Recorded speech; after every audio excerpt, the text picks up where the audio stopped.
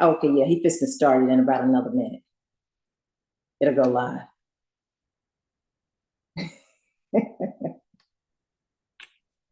Yeah.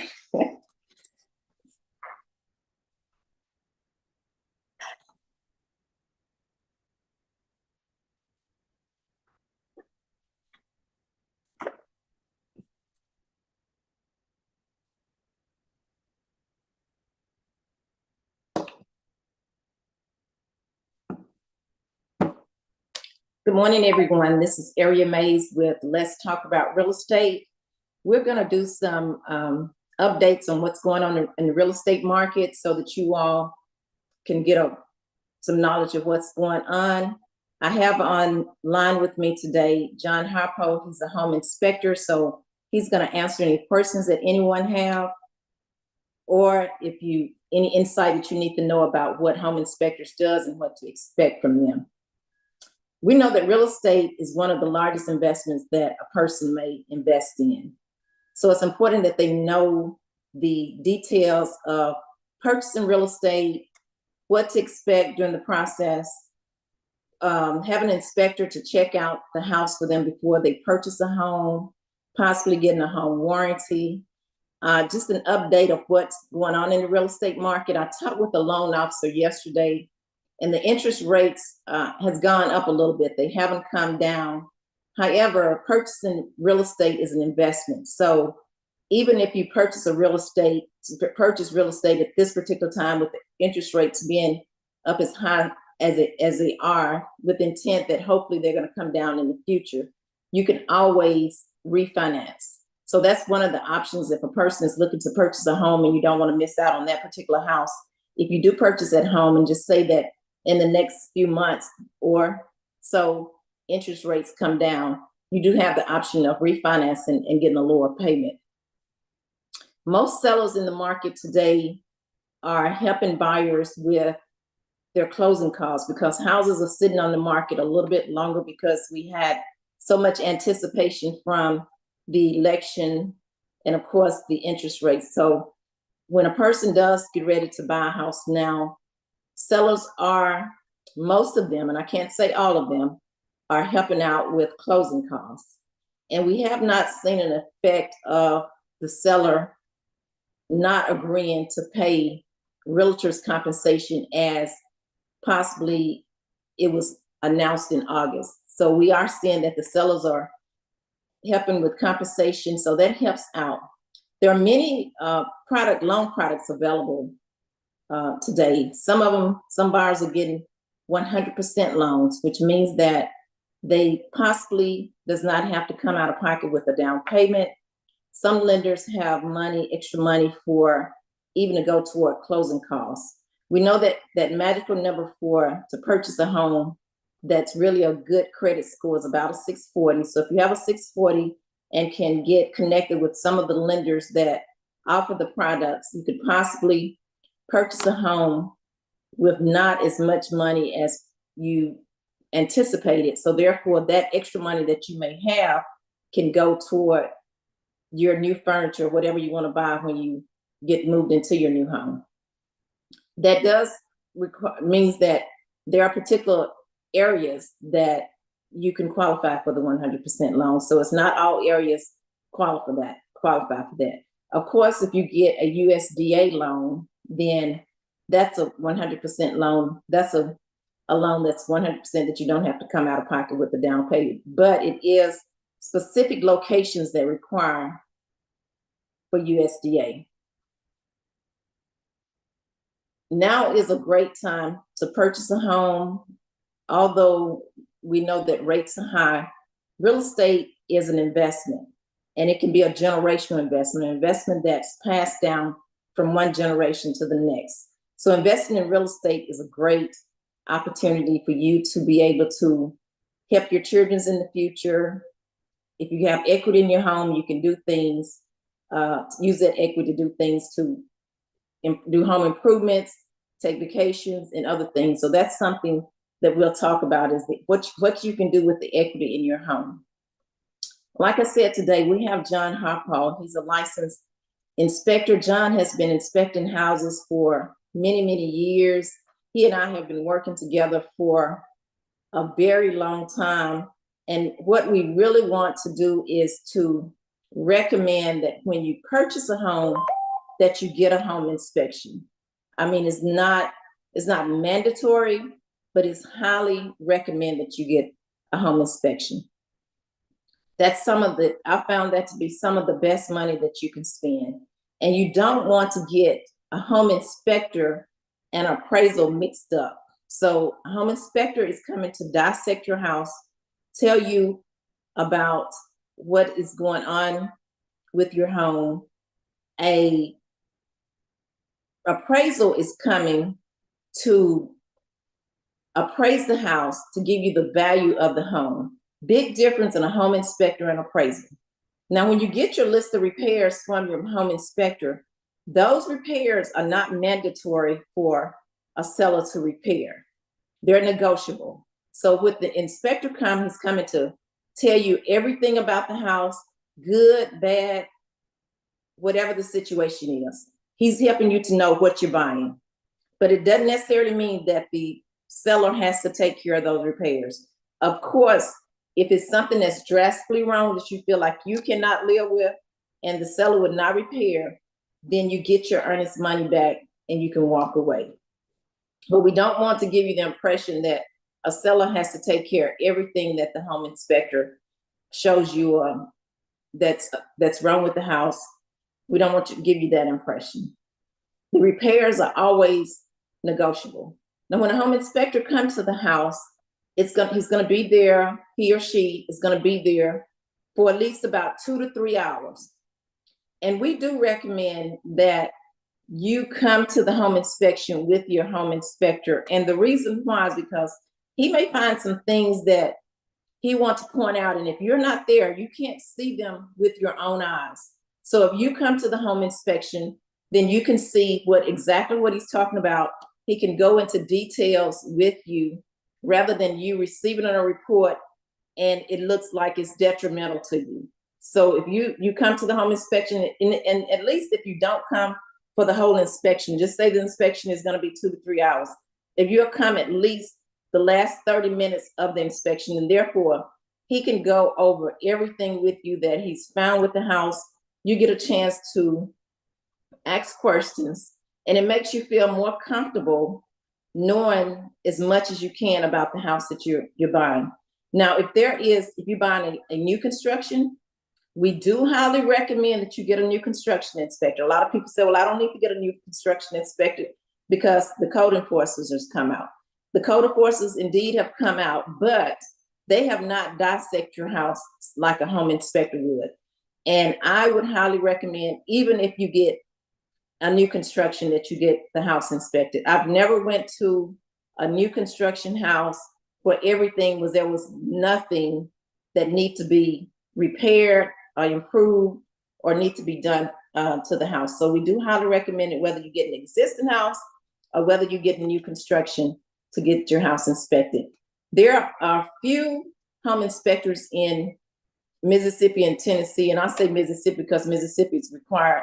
The home inspector is required to have a new construction credential. There's very few inspectors that have that, but when you get a new construction inspected, it does have to be inspected by a certified new construction inspector. So that's very important to know that. We got John online, so I'm going to be asking John a few questions, and then of course, if you all have questions to ask him, then you can ask him as well. The things that when an inspector comes, they're checking out the roof, the hot water heater, your electrical, your plumbing, possibly preliminary foundation issues if there's some. If it's a house that has crawl space, they do crawl in the house and check out everything under that. Some things that the inspector will tell you that you may need another professional to check out. So just say, for instance, if you got a septic tank at your house, then you get a septic inspection. You get an inspection for termites, you get a termite inspection. He recommends that the roof be inspected by a certified roofer, then that's where you go a little bit further and get a roof inspector. So some things that he would recommend that he would say, I don't feel comfortable with this. I want you to get this other inspector to check it out and get their knowledge about it. So John, we want to welcome you today. All right, I'm here. I'm John with HomeSpec. I've been in business for over 15 years. I've been working with Area since probably 2012, somewhere around there, a long time. Yes, that's correct, John. So John, one of the questions that I got is that why you as an inspector, why would you suggest a home inspection?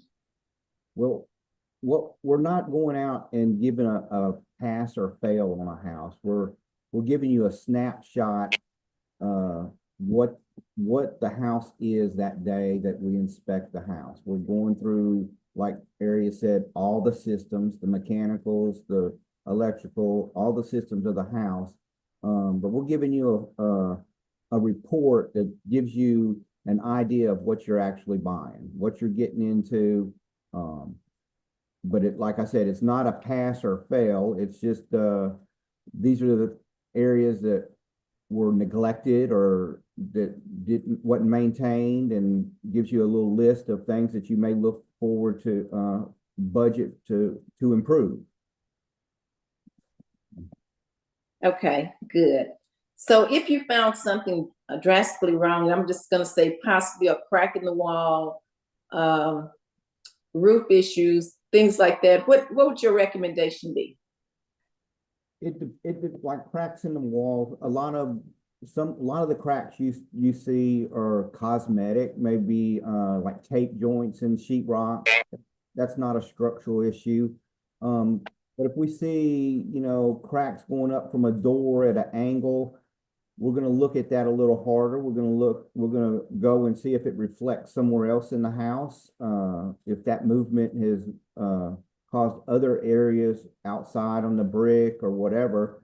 And if it is if we do feel it's a structural issue, we're going to recommend that we get a structural engineer to further evaluate and give you the repair plan. Tell you, no, it's okay, it's done all it's going to do, or yes, it needs a little work to stabilize it. Okay, good. Now, are you do you inspect houses in Mississippi and Tennessee, Arkansas? Which areas do you cover? Now I'm licensed in Mississippi for new construction and regular houses, and in Tennessee. Arkansas, I haven't had enough clients asking for Arkansas, so I haven't gotten licensed over there. But I got a call this morning about one, and I'm going to check in and get licensed in Arkansas. Okay, so Mississippi, Tennessee, Arkansas. I'm not licensed in Arkansas yet. Not in Arkansas yet. Okay, good. So is there any house that's too small or too large? That's a good question. There's no too small, but the larger houses, I did one last week that was 9,000 square feet. It's a lot of work. It doesn't happen in one day. Typically, I need a day to do it, then come back and probably do some checkup, some more the next day on those bigger houses. There's a lot of systems involved. It's twice as big as a normal house, but it's got a lot more systems. It's got 5 or 6 air conditioners. It's got 5 or 6 hot water heaters. It's just got a lot of systems, and it takes a lot longer to do something like that. Right. But your smaller houses that just say an average house is maybe 2,000 square feet, it usually takes you about 2 to 3 hours. Is that correct? Sometimes if it's just me, it's 2 hours, 2.5 hours. If I have one of my other inspectors with me, we'll knock it out in an hour and a half, but we're still spending basically 3 hours on the property. Okay. And would you recommend that a buyer come to the home inspection? I never tell a buyer not to come. I want them there, especially at the end, where when we get through, we can go through and walk them through the house, show them where shut-off valves are, how electrical outlets work in resetting, and where their air conditioner filters are, and show them all that stuff. Get them to know the house up front. Absolutely. The price wise in reference to your fees, If a person is buying a house that's about, and I say 2,000 because that's a lot of the average. So about a 2,000 square feet home, 3 bedrooms with a bonus room, with no extras. What is about an average cost for that? About $400. Okay. All right. So I think that's all of my questions. We're gonna see if the audience have any questions that they would like to ask. You can ask about me about real estate and ask John about home inspections.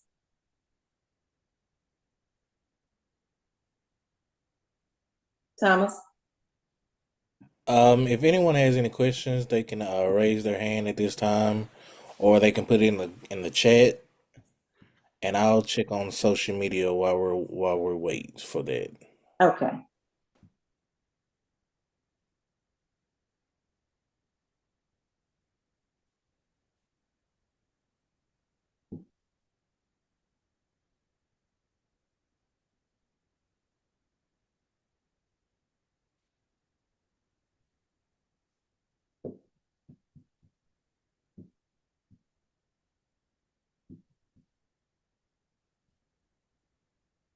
I see. Are there any common issues you frequently find in older homes or specific property types?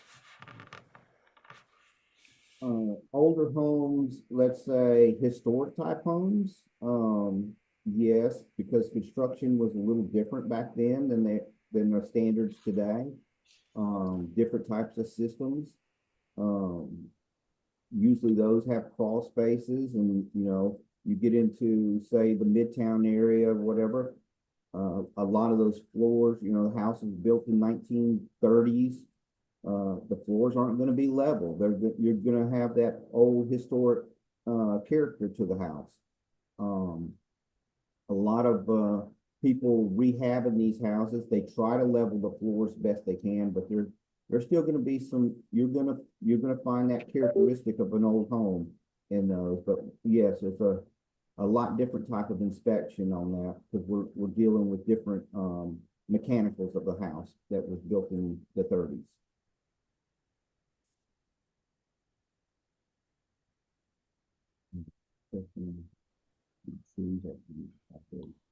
Uh, Trees, overhanging tree limbs, will note that possibly you get those removed, so if they do fall, they don't fall onto the house.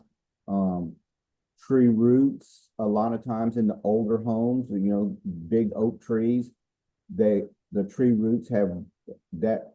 One of the characteristics of the foundation floors, it lifts the footings up and piers up and pushes all that stuff upward. There's really not much you can do about that, but that's all we really talk about on trees. I'm not an arborist. I don't talk about trees dead or does a tree need to be removed. What about cracks in the driveway? Cracks in the driveway. Well, I know nobody likes to hear the old saying, concrete cracks. And we note the cracks, if they're a 1/4 inch or less, they're just shrinkage cracks. The driveway hasn't shifted any. We're going to note that. If the driveway has shifted, the cracks are 1/4 inch or more, and we got some shifting, we're going to note on that. But the only cure for that really is replacement of probably that section of the driveway, not the whole driveway. If you look at a driveway, you'll see lines in the driveway. Those are expansion joints and control joints. They can take out a specific section of it and re-pour that.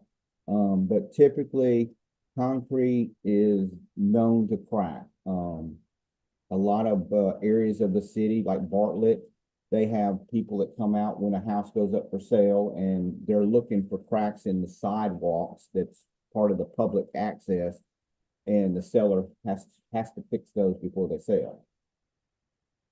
And when I say fix it, typically they just have to seal them up, seal the cracks.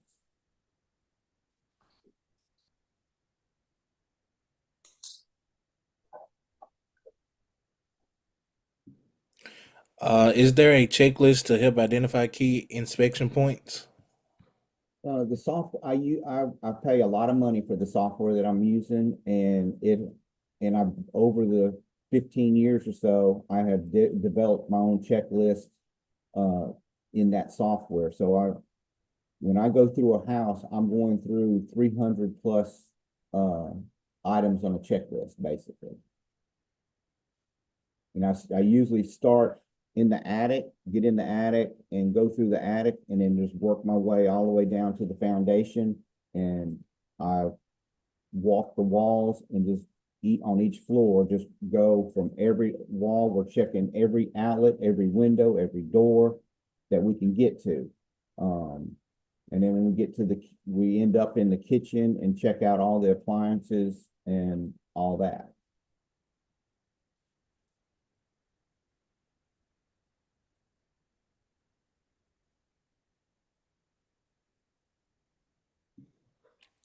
What about cracks on the outside of the house, such as the bricks? Rick, that's where we're looking for movement. So we'll start at the front of the house and work our way in 10-foot sections and check that out. Looking for cracks and what's causing the cracks. Once if we see a crack, then we're going to look, does that crack transfer to the other side of the house? Is that crack pushing forward or pushing back, against other, structural components of the house? Are there gaps between doors and windows? Does the doors open and close properly when we see cracks like that?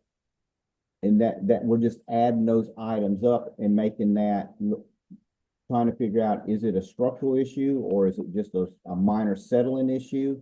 A lot of the times a staggering crack is just a minor settling issue, and it can be taken care of by pointing out with mortar, or sealing it with a silicone caulk. But if it's a greater issue and it's causing other things to move, then we would refer that to a structural engineer, and a structural engineer will analyze it and develop a repair plan from there.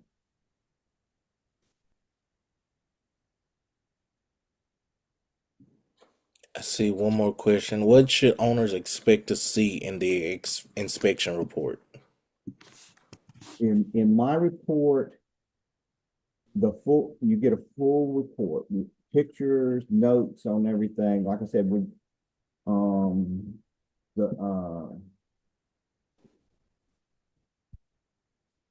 the usually, like the one I did yesterday, and I looked at, it was a 1926 house. We took over 300 pictures. We had 98 items in the repair list, in the summary list, and we inspected over like 300 items. You're going to get a summary and you're going to get a full report. The summary are the items, and let's say it's a new construction, that summary list will probably be 15 to 20 items in there or less. So you'll get a summary, and that's the list that you and your realtor area will analyze and work from and send to the seller, say, hey, we want these things taken care of to move forward. You're going to get, if you are out there with me and I'm going through my tablet showing you all these pictures, that's your report. You're going to get those pictures with the notes on each. We're going to tell you, I'm going to have a lot of stuff in there, like the data tags on your air conditioners, telling you how old your air conditioners are, what size your air conditioners are, your furnaces, your hot water heaters. Are they aged? Are they at the end of their life cycle? I don't know exactly how long they'll last, but we know standards say a hot water heater percent is 10 to 12 years. A furnace is 15 to 18 years. So I'm going to give you all that data on your house.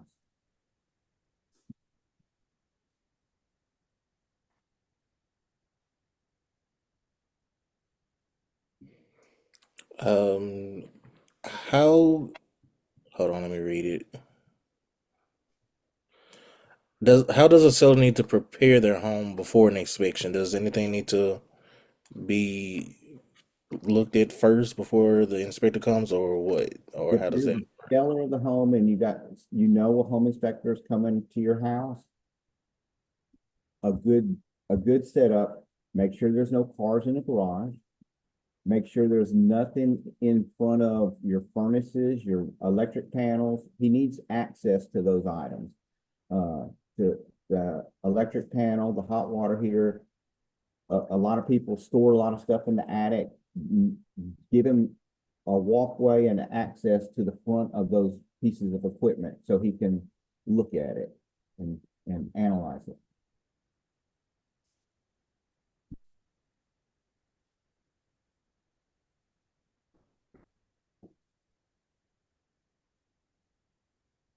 And can I insert this also? And it's a seller, if you like, you could get a home inspection prior to selling your house. That helps you to prepare for it too, and makes it a smooth process for you to know what's the inspector may find when they come and inspect the house. Although the buyer may get it inspected, but if you pay for an inspection prior to that, that makes it really smooth. That'll give you a list that you can take care of some of the small stuff, but also gives you a list of stuff that you can disclose too. Right, absolutely.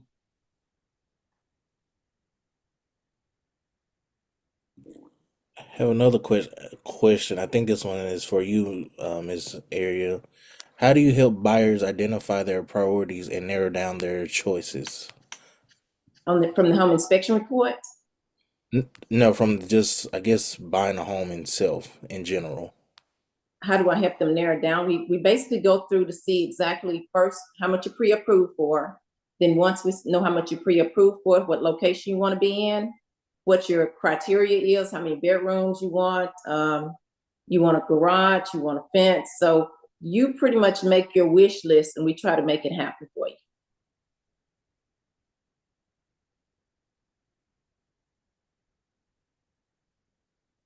Is that what they was asking? Something for, Yes, I believe so. yeah, okay. And someone wants to go over the appraisal and inspector. What's the difference between that again? John, you want to answer that? You want me to answer? The home inspector gives you a snapshot of what your house, the condition of the house that you're buying.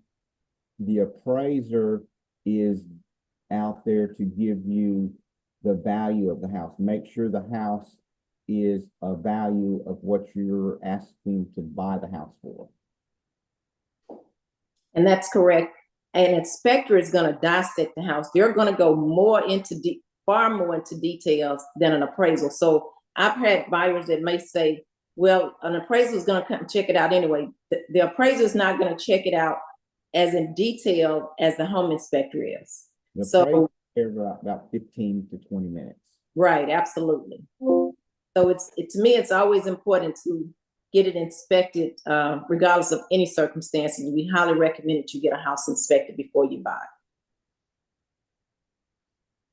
And your building inspector, when he does the final for a new construction, he's there less than 30 minutes.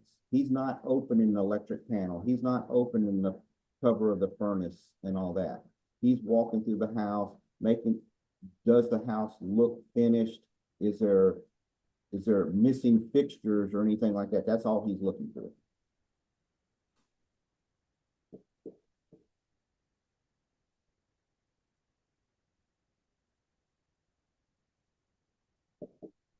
Was there any more questions? I don't see any more questions at this time from social media or in the chat. Okay. Well, I can recommend John. John is very thorough and has done lots of home inspections for me. I have been very, very well pleased with him, so I highly recommend him. I'm going to ask John to give you all his contact information, just in case if you need a home inspector, call John Harpaugh. John, you want to give me your contact information? My phone number is 901-240-6693. You can go to my website. My website is homespec360.com. I have a blog on there that has a lot of blogs, and you can schedule your home inspection online at my website. I was just about to ask Thomas to post it, but I see it's been posted for everyone to see. So before you buy a house, be sure to get the house inspected. We highly recommend that. We want to remind everyone that purchasing a home can be generational wealth. So if you ever desire to purchase a home, feel free to give me a call, give John a call if you need a home inspection, and we appreciate you all attending the webinar today. Thank you, Aria, for letting me attend this. Oh, you're welcome.